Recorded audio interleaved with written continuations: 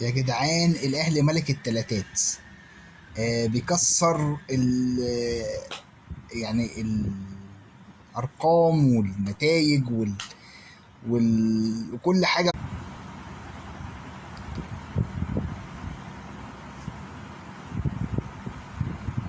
الاهلي بيغلب سان جورج الاثيوبي في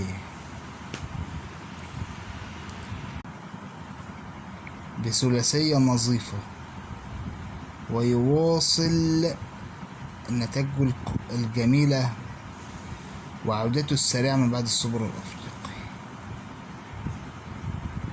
هيستمر الاهلي في